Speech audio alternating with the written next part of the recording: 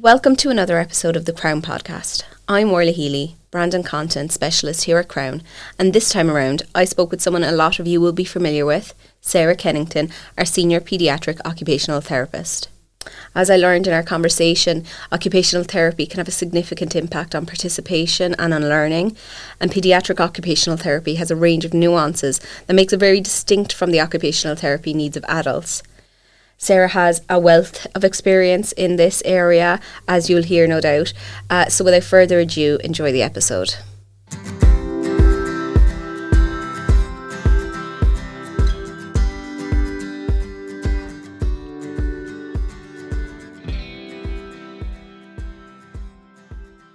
So welcome, Sarah. How are you? I'm great, thanks, Ola. How are you? Very good. For anybody who doesn't know, who are you and what do you do at Crann? So my name is Sarah Kennington and I am the Senior Paediatric Occupational Therapist here in Crann. So to tell you a little bit of my role around Paediatric OT, so the fundamentals of OT really is about function and participation. So for me, the importance of my job is looking at a child's abilities, where their strengths lie, but also the areas where maybe they're struggling a little bit in day-to-day life, and looking at strategies and looking at how we can develop their skills within their own capabilities to ensure that they can function and participate to the best of their abilities and that they can maximise their true potential. Brilliant. What drew you, I suppose, to paediatric OT in the first place? I was drawn to occupational therapy many years ago. My grandma had a stroke and we had an occupational therapist come out to the house. And I thought, geez, that's a really cool job. You know, she came and looked at, I suppose, our house where there were deficits, where my grandma wasn't able to be as independent as possible. And I thought just the principles of the profession was absolutely amazing. So I was really fortunate to get into occupational therapy in Brisbane, and during my studies I realised paediatrics was the area that I really wanted to focus on. So I did all the possible electives that I could in college, and that included running a spot clinic. So over in Australia we call speech and language therapists speech pathologists. So it was a speech pathology and OT clinic, and the children would come in and visit us, and that was really where my love flourished. And then I did another elective in an Aboriginal and Torres Strait Islander school, and that really cemented my love of working with kids. And I suppose that element of disadvantage as well, that children who maybe come from a background that they're not going to be able to achieve their maximum potential. They're underserved. Absolutely. And from there, it just developed, and I continue to this day to love working with children. Brilliant. And look, you came in to us today with some of the fruits of your work with children. But pepperoni and cheese pinwheel pastry, is it? Yeah, that's a standard kind of perks to the job by the sounds of things. We've got a lot of perks, particularly in Crann. Yeah. Could you tell me, because what you do, you work with Maura, who focuses mostly on the adult clients who come through Crann. How does paediatric occupational therapy differ to, let's say, adult occupational therapy? Yeah. I suppose a massive difference is for the adult population. A lot of them will have had the opportunity to develop typically, and particularly for that acquired cohort that we would support here in Crann. For children who come to see me because of their various childhood conditions, they haven't had the typical opportunity to experience natural development. So for me, it's maybe not so looking at the rehab side of things, but it's more looking at how can I support a child's development in order for them to achieve the best they possibly can. It must be very personalised then, depending on a child's needs. What kind of skills do you work on with them? I suppose the beauty of occupational therapy is the possibilities are endless, because we are looking at function and participation, But really specifically, I'd be looking at a child's fine motor skills. So that could be something very simple like, can they actually grasp an object? And when you break things down, which is what OTs do, we're all about analysing tasks. We're looking at those, what we call performance components of how do we achieve an activity. So it could be looking at that grasp strength. It could be looking at how does a child bring their hands to the middle so they can do an activity with two hands, so that could be things like cutting, those kind of activities. And then that leads on to the development of independent skills. So like that, once we've worked on the fine motor, you're looking at, can a child dress themselves? Can they feed themselves? Can they toilet as independently as they can? Another huge area that I would work on is handwriting and visual perceptual skills, and that's school readiness as well. So looking at, can a child actually manage themselves in a classroom? Can they manage classroom tools? Can they copy from the blackboard? Can they sit in their chair? So looking even at their posture. Mm-hmm. Another area, and it would be quite significant for the younger population, would be around sensory regulation. So sensory regulation is the absolute cornerstone for developing all higher level skills. So if you think of the foundations of a house, we need solid regulation in order to achieve lots of the more fundamentals. So sitting, listening, turn taking, holding a pencil. If we're not well regulated, we're not going to be able to learn. Mm-hmm. So from, let's say, initial intake, how does paediatric occupational therapy work at Crann, for instance, and how might that differ to accessing it in another environment? Okay, I suppose in Crann, because we work from that unique 2-gen model of care, it does differ slightly here in that we're looking at the broader network around supporting the child. But from intake here, we have that lovely wraparound service. So the client liaisons will enroll a child into the 3 main program offerings that Paediatric Occupational Therapy falls within here in Crann. So that will be our mobility program, it's the education and career pathway program, and then also the independent living. Oftentimes, I suppose because we are so brilliant at working collaboratively here, the client liaisons will come and have a chat about the information that has been provided in intake, so we can make a clearer picture about what potential pathway the child needs to be enrolled in. And if it's seeming like it's going to be quite a complex case, they actually invite me into the intake so I can have that in-depth discussion with the parent about which best approach I would feel, or which enrolment should we make first. So for instance, independent living, that is where I would do a lot of my sensory regulation intervention. So we might start off with an enrolment in that service offering and then move them through as the child is developing those skills that's required for higher level function. And I assume those needs often change as a child develops as well. So how do you work with a teenager versus, let's say, a much younger child, and where are their needs typically? Because obviously no two children are the same. Exactly, and you've kind of hit the nail on the head there that no two children are the same. It is completely individualized here, so it's looking at what are the parent goals, but equally if the child, say for instance a teenager, they really need to be empowered and they need to be part of their care planning. So it's looking at what they want to achieve as well. It could be very similar things. You could have a child who's 6 or 7 and wants to work on handwriting, but they're at the very early stages of handwriting development. But equally, you could have a 16-year-old who's getting ready for junior cert and also wants to look at their handwriting. So it's a similar therapeutic goal, but the way in which you work on it will be very, very different depending on the child's abilities. And I'd imagine similar to how a lot of analog processes are moving more digitally, you've had to train or move your skill set a little bit towards the digital side of things, because a lot of those school functions are now digital first, I suppose. Yeah. So how does that work? We do have facilities here that support that. Yeah, so we're really lucky here in Crann that we have a dedicated assistive technology space where we have lots of different adapted equipment. assistive technology assessment is really comprehensive, and we really take our time here to make sure that it's a thorough assessment. So for instance, if at intake handwriting or I suppose school performance is highlighted, that would be part of my assessment. So it's a detailed handwriting assessment that would be started with the child to get a baseline of where their function is.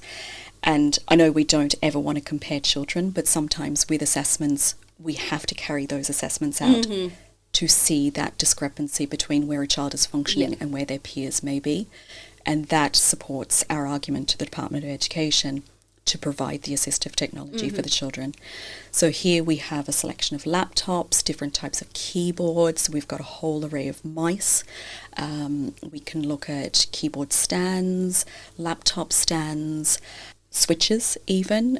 So depending on the child's baseline level of ability, then we can build upon that how complex the assistive technology becomes. And it must be for parents as well to have the resource, because like to your point, those stuff are more examples, tester materials that you can know this suits me and this doesn't suit me kind of a thing. But parents are usually experiencing everything for the first time themselves. So it must be useful to have those assessments to show parents what could be achieved versus what they thought could be achieved, or what's lacking versus what they thought that they were lacking. How does the parent role work within occupational therapy, and especially the assistive technology, because everyone has blind spots, and especially when you're struggling to access services and access guidance on these things, you must I assume you must provide a lot of that kind of signposting as well. Absolutely, and that is where the lovely crossover with client liaison and myself would be, that where they can, the client liaison would do a lot of signposting, but then I suppose for me it would be that really specific directing families of where they may need to go if it's, say, an intervention or a service that's not offered here in Crann. But going back to what you were saying there, Orla, like parents are absolutely crucial through the entire process of therapy. I mean, parents are children's experts. They know their children better than anyone. I may have gone to college to study OT, but I don't know a kid any better than a parent. So it is absolutely crucial that they're involved. I would feel my role is imparting knowledge to families.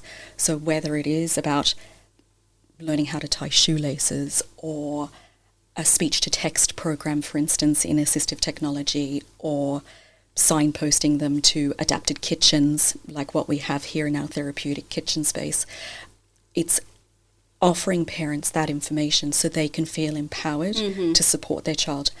They're constantly advocating for their kids, and the more information that we can give them, the better they feel prepared to advocate for their child. And tell me, what kind of a commitment, I suppose, in terms of time and a number of appointments and, let's say, expectation when you're in the room on the day with your child, would occupational therapy be for parents or someone who hasn't experienced it before? Take me through that, if that's right. I suppose going back to what we were talking about before, that OT is so individualised, so every therapy session will look different for every child. And I suppose it does depend on a child's ability as well. So I wouldn't be expecting a 13-month-old baby to come in and have the attention span like a 16-year-old or a 17-year-old would. But really our first point of contact, that initial appointment that you have with me, because I'm trying to establishing a therapeutic relationship and gaining lots of information, because the more information I can get, the better I can understand where I fit in a child's profile and where I can support best. So the first appointment could be an hour to an hour and a half. It depends how much we want to chat and how much information I need. And then each individual appointment could be somewhere between 30 minutes or it could be an hour and a half. Typically kids who come in for groups, they could be here a little bit longer, because you can imagine when you've got a wider range of children, to get the attention they need per group session, I need a little bit more time. You're multiplying your resource a little bit. Yeah. What role do the facilities, I suppose, in Crann have? Like we have the therapy kitchen, we have the Paediatric Occupational Therapy room, the mobility room and the playground. Yeah. How do those facilities factor into the offerings? I suppose because here in Crann we are purpose-built for neurophysical disability. So as a therapist, I'm absolutely blessed to have the therapeutic space that I have here.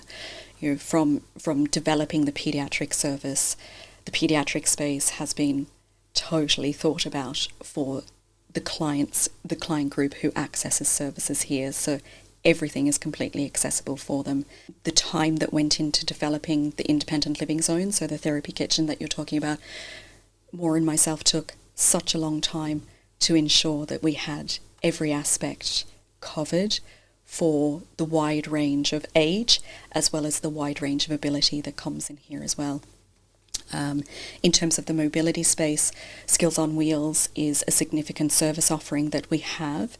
So having a really large therapeutic space so children and adults can come in and safely navigate the environment and to develop and consolidate those skills they need in order to carry over those skills into the real world and the natural environment is really crucial for that therapy to be able to take place. Mm-hmm. And then obviously it goes without saying to have such an amazing disability accessible playground on really nice days like what we've had recently.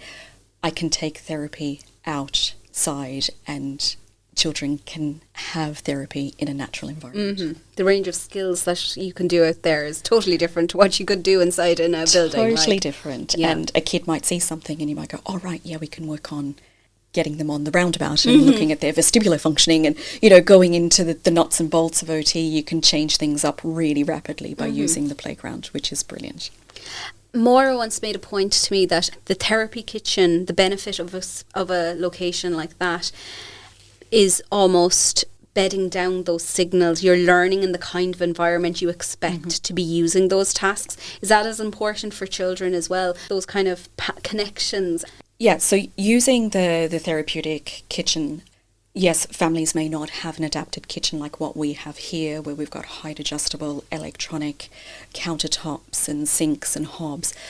But for me, it's about repetition because children need to repeat things over and over in order to develop skills. And it's affording them the opportunity to have a safe space where they can learn those skills. And then it's empowering the parents or educating the parents around strategies that could be implemented in the home, even if they don't have the adapted kitchen. So that practice can continue in their natural environment at home. And then I suppose there's some functions that probably need input from the likes of the nursing teams and the psychological well-being staff here. How does that work? Yeah, again, you know, that 2-gen model of care, it's absolutely amazing here in Crann, and I think we're a really fortunate team that we gel and we work really cohesively and we're great collaborators as well. So it might be a child has initially gone in for continence support, and then through the nurses they may discover actually it's more around the function of it or, you know, needing adaptations. Now, while we don't do equipment here, I can provide support to families around what equipment might be suitable. They can go back to their CDNT or primary care therapist to look for that equipment. But it's that real collaboration of looking really holistically at an area of need for a child and bringing in the relevant services so we can get the best outcome for the child and the family. One team that I know you work with closely, and I suppose you're considered an integral part of the team, is in terms of educational career pathways. How does that work, I suppose, in terms of what a parent might need to consider, or when should a parent be considering working on a child's education and career needs as well? Career needs, education, education needs. Yeah, absolutely. So, I mean, all children, they're all learners from a very, very young age. You know, from being tiny, they become learners. So I would feel looking at that education and career pathway, obviously not the career pathway for the smallies, but definitely that early education piece and where it ties in with that pathway, and looking at assistive technology. It's never too soon. You know, like I've had smallies who are about 3 who start using iPads for communication. I'm not a speech and language therapist, but it's more looking at access, and it's looking around what are the goals that we want to achieve with this. Is it, you know, colour recognition, number recognition using apps. Caroline Kiley is brilliant for that. Our IT guru here, she often will come into sessions with me to support me through what could be the best software to support the child's needs. And then I suppose education and career pathway, it's something that's ever evolving because a child is in the education system for such a long time. It's their entire childhood. A significant area that I would see, or an important area that I would see, is that school readiness program. So looking at how is a child going to make that massive transition into junior infants? Are they well equipped to reach their maximum potential from being a junior infant? So it's making sure that they're ready. Oftentimes I'll start looking at assistive technology from maybe second class. And why I like to do that is that, yes, they've had a number of years to develop their handwriting, but that's a critical junction where we might see that handwriting, they can't keep up with their peers. And I think the sooner you introduce assistive technology, the better for a child. Not that we're doing away with handwriting, but it's almost giving them a head start, because we know typically developing kids probably aren't going to be accessing assistive technology on a consistent basis until maybe 5th or 6th class, and then going into secondary school.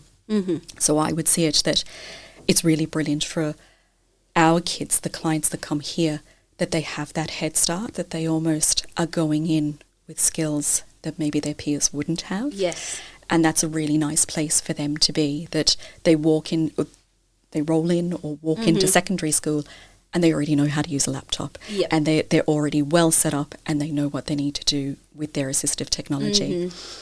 Should a child make that transition to secondary school, and that's when we discover we need assistive technology, then that's okay as well. You know, it is individualised to each kid. But I think it's looking at, when does assistive technology need to be introduced at the best time for the child. And I can imagine it's important in that, in the same way people are pattern learners or auditory learners, giving them the space to learn in the way that they're best able to learn. And if that's assistive technology, and if that's communicating using assistive technology, like you said, not as speech and language therapists, but you're maximising their potential by putting them on a track where they're able to function as best as they can, I suppose. Absolutely. Yeah. What would you want, I suppose, a parent or maybe even a teenager who's listening to this at the moment to take away from our conversation? I think it's really important for people to understand the breadth of what occupational therapists do, that because we are so broad-minded in looking at a person's life, that, like what I said when we started this, that the possibilities are endless, and that I think in OT we're really good at problem solving and we look at practical solutions for people. So while you may think that you've exhausted all options, I think coming and having a chat to the occupational therapy team in Crann is really, really vital. There's so many different areas that we can support in OT. So like what I said before, whether it's holding a pencil, doing up a zip, tying a shoelace, using a fry pan, getting on and off your toilet, or looking at technology that will support you to live your best life.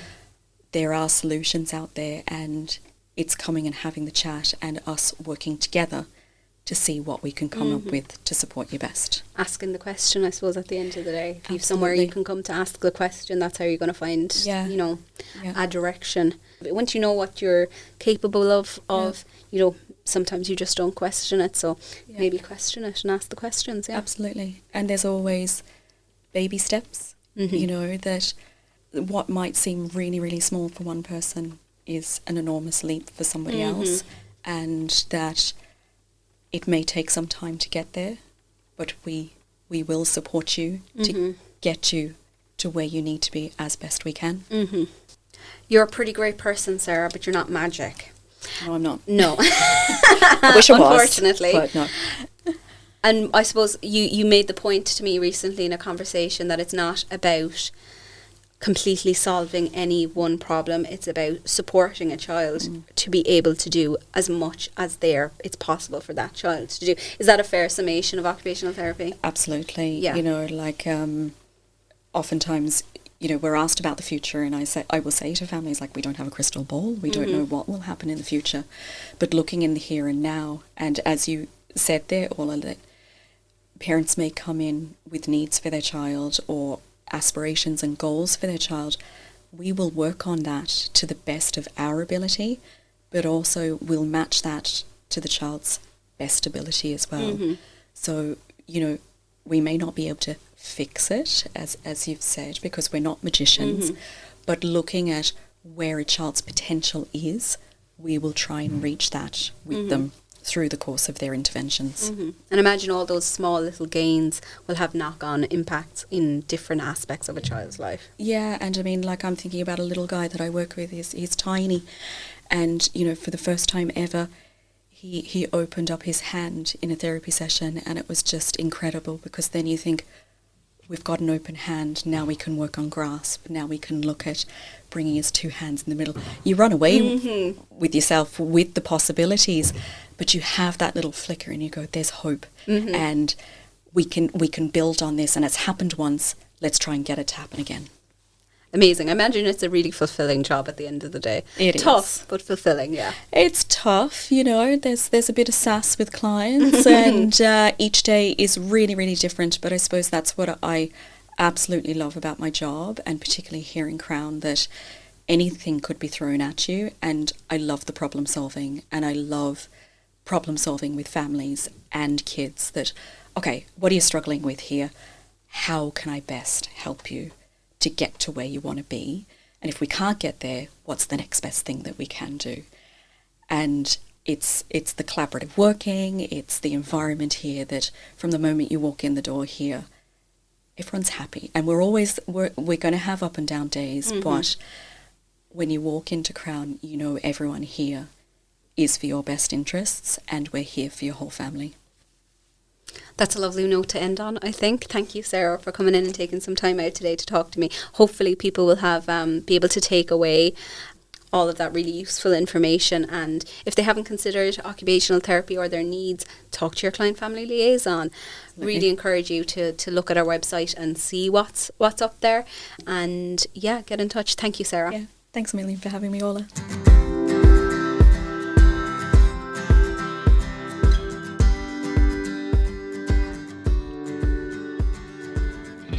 This podcast has been recorded at the Crann Centre. For more information about the topics discussed in this episode, please see the show notes in the description.